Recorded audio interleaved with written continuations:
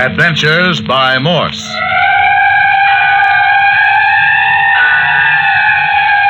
Carlton E. Morse presents The City of the Dead, featuring Captain Friday. If you like high adventure, come with me. If you like the stealth of intrigue, come with me. If you like blood and thunder, come with me. First, a message from our sponsor.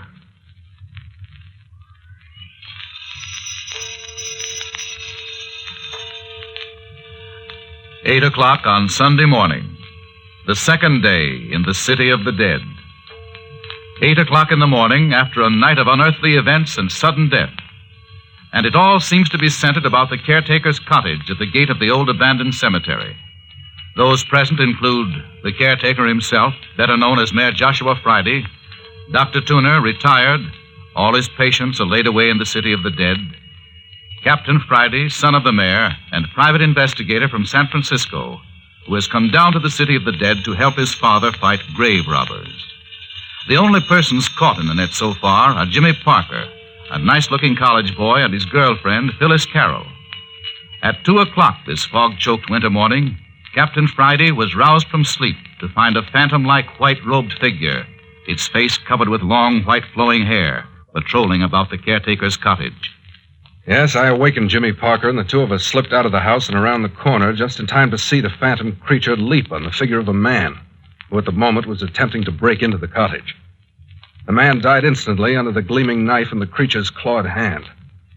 Before Parker or I could stop it, the thing had gone. Yeah, Captain Friday and I rushed to the scene, but the housebreaker was dead. Captain Friday sent me back into the house for Dr. Tuner. I wasn't gone more than a couple of minutes, but when we got back, not only was the murdered man gone, but Captain Friday was lying on the ground, unconscious. And a peculiar thing, all the time this was happening, Mayor Friday's been missing from the cottage. But now it's 8 o'clock the next morning, and Phyllis is telling what she saw. I tell you, I saw it all from my window. You were awake, Miss Carroll? The scream of that man outside my window awakened me. You mean the man that was murdered? Yes. Who was he, Captain Friday? I don't know. He was trying to break into Parker's room when the family ghost jumped him. It sprang on his back like an animal and was gone quicker than a flash. Stabbed him in the back. He was dead when I reached him. That's what I heard. I jumped out of bed and I looked out through the bars of my window. You were just bending over the body, Captain Friday. Well? I didn't know what had happened. It was too dark to tell who you were. Then all at once I saw two shadows creeping up on you from behind. Two? Yes, there were two. Suddenly I heard myself scream. I heard you. That's what brought me to my feet just in time to get that crack on the side of the head. That's funny. Dr. Tuner and I didn't hear a scream, did we, Doctor? Where did Dr. Tuner go? Said he was going to walk around while he smoked his after-breakfast cigar. Well, anyway, we didn't hear Phyllis scream. Well, I did. I must have frightened the men. They didn't wait to examine Captain Friday. They just grabbed the body of the murdered man and ran. Did you see the face of either of my attackers, Miss Carroll? No, I was too frightened to notice. Captain Friday, did you find out where the mayor was all this time last night? What difference does it make, Parker? What? Nothing, only...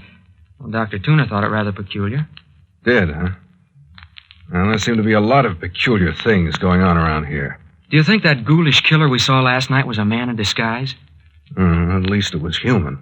You didn't really think anything could actually look like that, do you? Oh, Jimmy, let's not keep still any longer. I'd rather go to jail right now than spend another night here. Phyllis, keep still. If you're part of this gang of cutthroats... Oh, we're not. Look here, Captain Friday. If we tell you everything, will you let us go? I can't promise that. Well, will you take us away from the City of the Dead? You indicated last night that the presence of you and Miss Carroll was aggravating the situation. That it was due to your being in the City of the Dead that all these murders are taking place. No. Oh, we're only part of the cause. I see. Well, you see how it is. If I let you two slip through my fingers, my only tangible clue to the whole business would be gone. No, you've got to stay here. You can't keep us here. We'll be killed. You saw what happened last night. That fella cut through the bars of my window. They'll try again, and next time they'll get me. I know they will. You needn't worry about that. I'll fix the windows so they'll be murder-proof.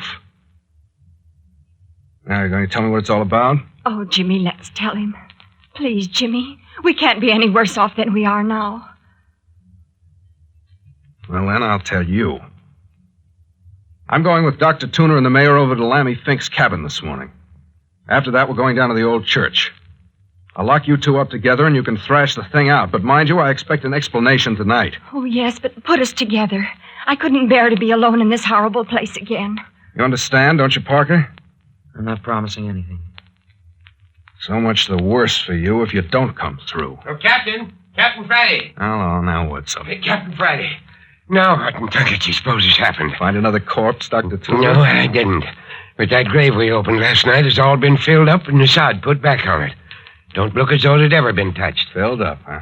Now, there's an idea. Graves automatically opened and closed while you wait. I tell you, Captain, this is no laughing matter. Something bigger than the mayor and I ever figured on has broken loose.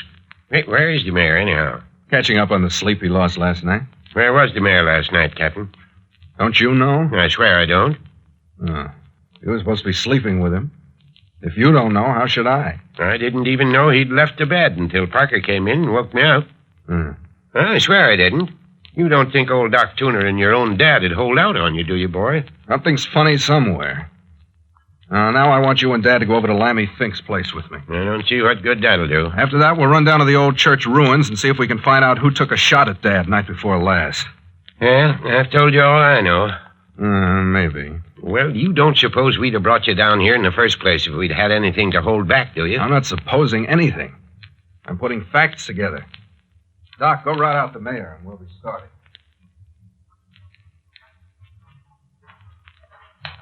How far is Lammy Fink's house from the city of the dead, Mayor? Just a hop and a jump. But it ain't a house, son. Just a shack. Look here. You can see it yonder among the trees. Built it himself at odd times. Gloomy place for a house. Looks more like a hunted animal's hole. He acts like a hunted animal most of the time, don't he, Mayor? Yeah, he's a little off, all right. I'd rather sleep in the city of the dead than down in this hovel. Not Lammy. He's graveyard shy after dark. Oh, this is it. Lammy Fink's residence. One room, one door, and no windows. And a cellar. Cellar? I didn't know about that. Never even thought of a cellar when I was over the other day. Well, then that's the first place we'll look. Go ahead, Dad. You know the way. Lean on. Well, there's no need to lead. The sheer path leads around the house to cellar steps. All right, keep going.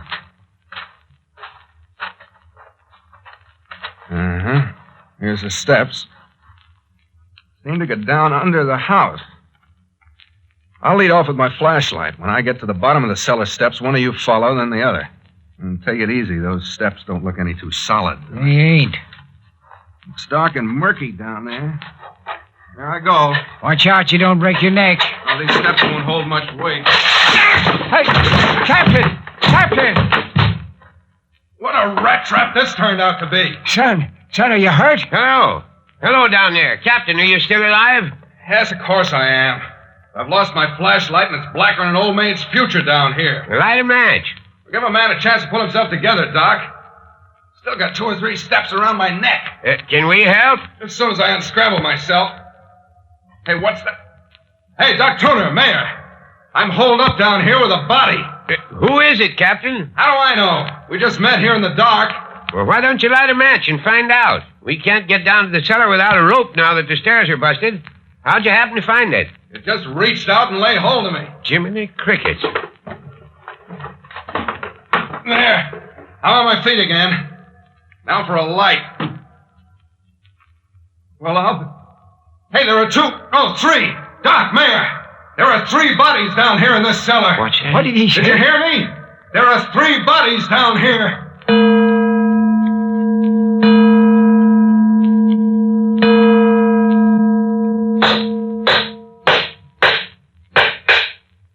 There. That ladder will hold any of us. Now, Dr. Tuner, I want you and Dad to come on down into the cellar with me and examine those bodies. One of them is Lammy Fink, all right enough.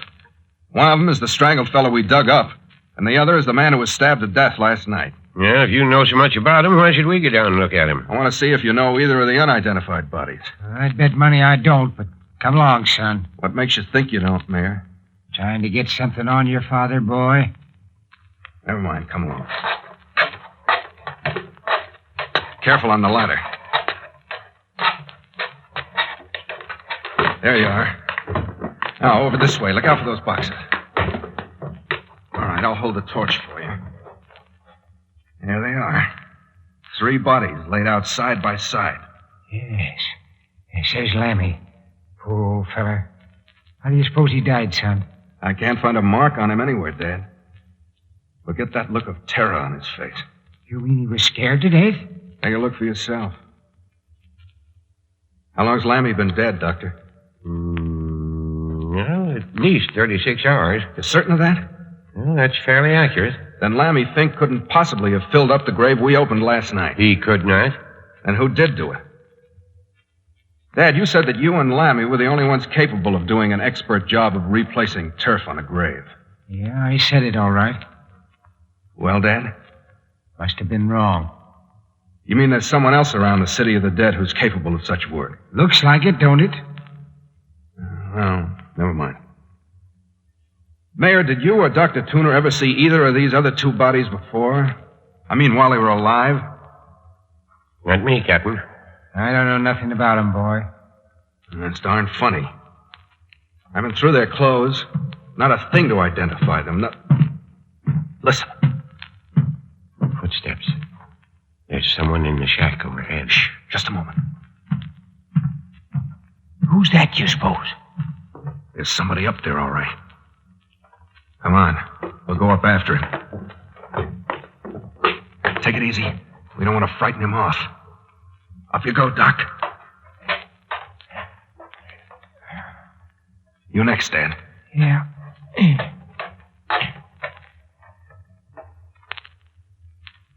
Come on up, Captain. Everything's clear. Yep. There. Here, I'll pull the ladder up, and then no one's likely to bother the bodies while we're away. Captain, I smell smoke.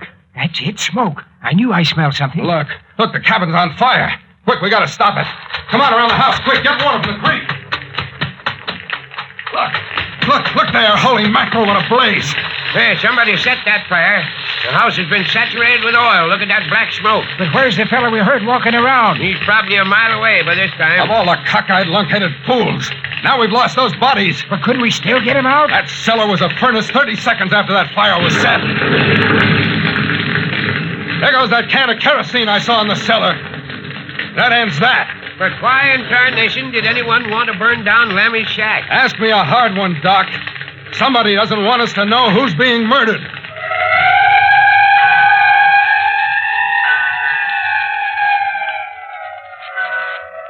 Dead men can't talk, especially after they've been cremated. But there is still the contents of Ernie Morton's grave and old Clawfoot down in the abandoned church. But more of that in a moment.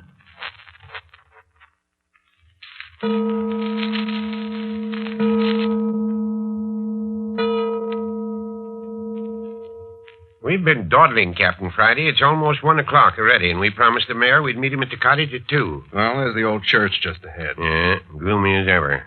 You know, Doctor, this place has always given me the creeps. Even when I was a kid. The mayor never brought me here unless it was to arrange for a funeral. Well, that's about all it was ever used for, as far as back as I can remember. Funerals and now and again a country wedding. This is the first time I've been near the place since it was abandoned. But I remember the day they found the old bell ringer hanging by the neck in the study. Well, I always did think the place was infested with... With what? With something ghoulish. That's a nice thought. And our visit night before last only went to confirm my opinion. You mean the claw-footed man? Oh, he was only the climax to the whole business. I tell you, the place absolutely reeks of something unhealthy. Oh, that's probably the bats. Plenty of them here. Well, shall we go in? From the slant of that roof, I'd say the whole place would be tumbling in another year. Careful. The mayor went through the floor the other night. Gloomy as the inside of a grave in here. There. Don't you feel it? Feel what, Doc? The moment I stepped in here out of the sunshine, I felt something come over me like a slimy, wet cloak. Don't you get it, Captain? You give yourself the creeps if you keep that up. All I get is an unpleasant smell of mustiness and decay. The place is rotten to the foundation. Yeah, there's something more than a physical rottenness here, Captain. I smell something else. Yeah? I tell you, I do. Well, shall we go back and have a look at the old study? That's where the mayor was shot, wasn't it? That's right. That's where we ran into the claw-footed man or beast or whatever he is. Did you leave the door shut when you carried the mayor out the other night? I did not. I was too scared. I just picked up the mare and dashed through. The door was still open. Well, it's shut now. By jingo, that's right. Do you suppose that thing's in there now? I got my gun handy to pot him if he is. You better not stand in front of the door. You'll know what happened to me last night. You stand at the side of the door. I'm going to block the way. Don't be a fool, son. You're liable to get hurt. Not while I've got this little plaything in my hand. Yeah, I warned you. You ready? Go on, open the door and get it over with.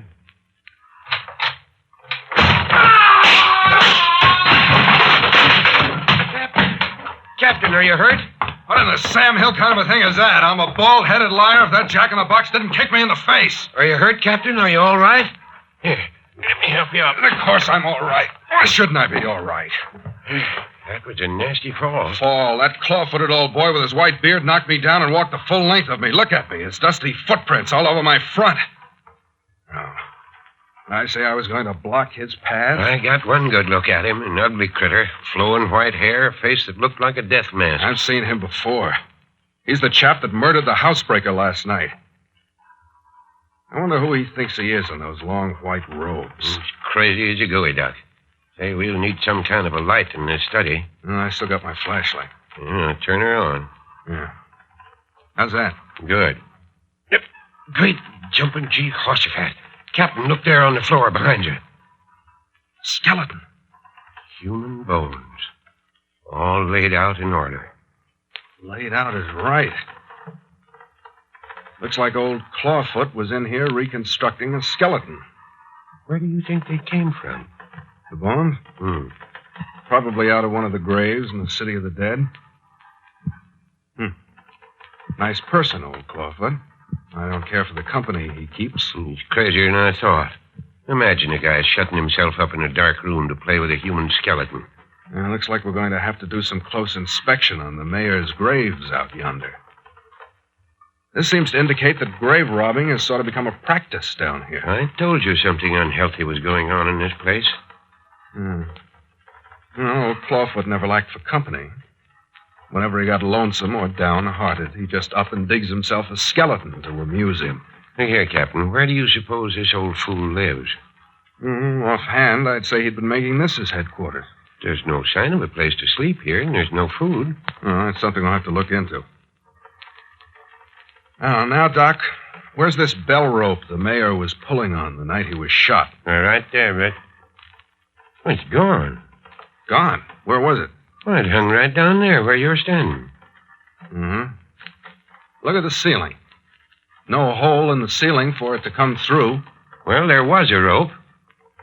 What's more, he just pulled it and he was shot.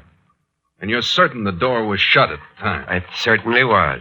Anyway, the shot came from across the room. Well, there are no windows.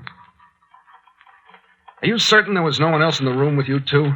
Well, of course there wasn't. Well, where'd the shot come from, then? The same place the bell rope's gone to. What in Tunket does he do that for? Going around making noises like a sick cat. Well, we'd seen the last of him today. Did we try to grab him? Don't you think we'd better finish looking over these ruins? What more is there to see? Well, you haven't been up in the belfry yet. What, climb that rotten ladder? Not me, Doc. And the mayor and I did it, and in the dark, too. Well, that was your own funeral. You can see with half an eye that you two are the only ones who've been up there in the last 10 years. Look at the dust and dirt and the cobwebs. Come on, we spent an hour in here. That's enough. I want to get my hands on that fella. Come on, it's 1 o'clock. We told the mayor we'd be back by 2. All right, anything's better in this place. Well, come on out in the sunshine and get it out of your system. Hello, where is our sunshine? Fog, if that ain't the luck. First afternoon fog we've had this season. That puts an end to hunting old Clawfoot. Yeah, miserable stuff, fog. Gets in your nostrils, wets your clothes, hides murders. Come on out of it, Doc. You'll feel better when you had your lunch. Let's go back to the cottage. You gonna leave that skeleton in there? Why, yes. You don't want to pack it around with us, do you? Jackass. As well off there as anywhere until we can find the grave it was taken from. Perhaps that's old Ernie Morton's skeleton. We'll dig in his grave this afternoon.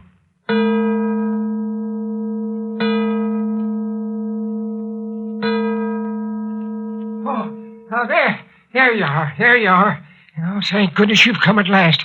Captain, come in the house quick. Come in here. What is it, Dad? Mare, you're as white as a ghost. Well, if I'd have had a gun handy, I'd have shot that fellow where he stood. Shot who? What are you talking about? Come on in. Hurry up. You too, Doc. You'll have to tend to the girl. Girl? You mean Miss Carroll? Here, shut the door, Doc. That Parker feller stabbed the girl. He'd killed her, too, if I hadn't arrived just when I did. Stabbed Phyllis Carroll? So he did. Wait a minute, Dad. Did you see him stab her? Just as I come in the house, I heard her scream. I rushed in and unlocked the door. And there she was, lying on her face on the floor. Parker was standing over her with this bloody knife in his hand. Where is the girl? In her room. Go on in and see what you can do for her, Doc. She's unconscious. Go ahead, Doc. Tell me how she is as soon as you can. All right. Now then, Dad, where's Parker? He's locked in this closet. The bars on the window to his room's cut. I wasn't taking any chance of losing him. I'll let him out. Let's see what he has to say. Parker said he didn't do it. Catch him! What in blazes? Is he dead? Dad, you've smothered him in that closet. Get me some water. Hi, Doc, come here. What's the matter? Get a move on. Oh, what's the matter? Hello. What's happened to Parker? Smothered in that little closet. Well, his heart's still going. He's going to be all right. Just a faint. Mare, throw a little water in his face. There he comes. Here you are, boy. Drink a little of this water. He's going to be fit in a jiffy. Girl's not in any danger either. Flesh wound and a little blood, that's all. Air. Let me out of here. Give me air. He's all right now. I'll go back to the girl. She'll be around in a few minutes, too. Air. But where am I? You're all right now, Parker. Here, can you sit up? Give me a hand, man. We'll get him in the chair. All right. Here, how's that? Rotten. What do you want to do, smother me? Well, you had it coming. What'd you mean, stabbing a girl? I didn't. I told you that before. I saw you. You saw me stab Phyllis? I saw you with a bloody knife in your hands, bending over her. You'd have finished her off if I hadn't rushed into the room. You old fool. That talk won't do you any good, Parker. Now, what's your version of this affair? Well, Phyllis and I had been talking for about an hour. Talking about what? Whether we should tell you all we know. Did you decide to talk? No. Did you quarrel? Well, she turned her back on me and called me pig-headed. She was insistent on talking and you refused, huh? Yes. You know that what she could tell might get you in serious trouble, is that right? I suppose so. So you decided to stab her to death to prevent her talking? No, it isn't so. Not so.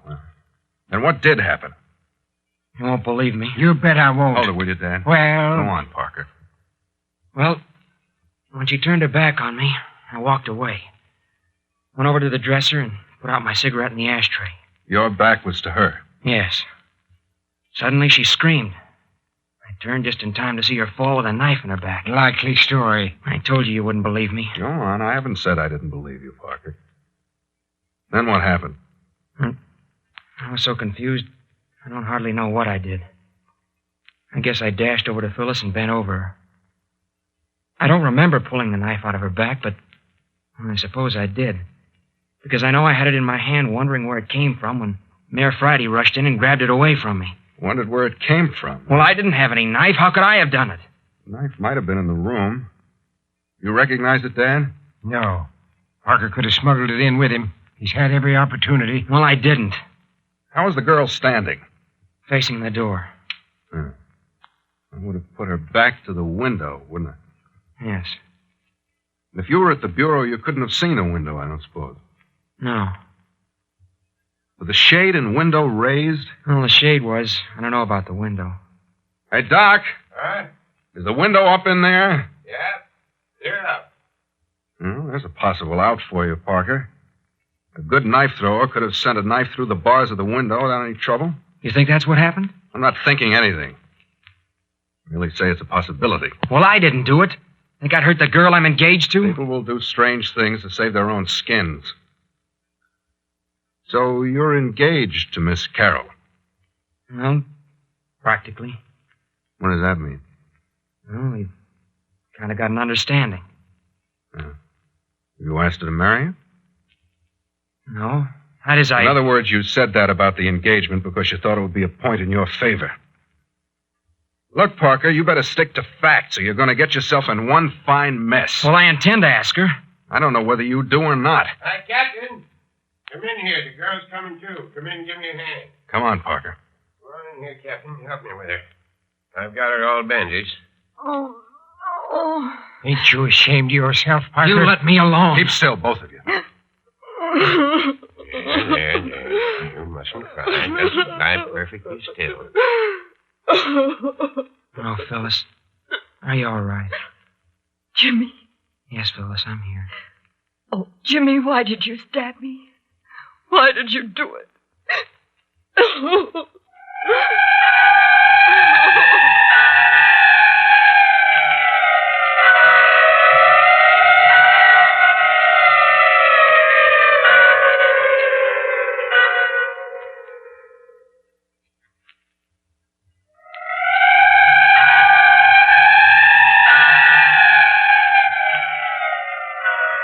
In the midst of the desperate happenings in the city of the dead, has Jimmy Parker turned on his own companion, Phyllis Carroll? And what about the phantom claw-footed killer and the desecrated graves? Who is disturbing the dead? And what do they expect to find, save moldering bones? Listen next week to the 5th episode of Carlton E. Morse's City of the Dead, entitled The Skeleton Walks In.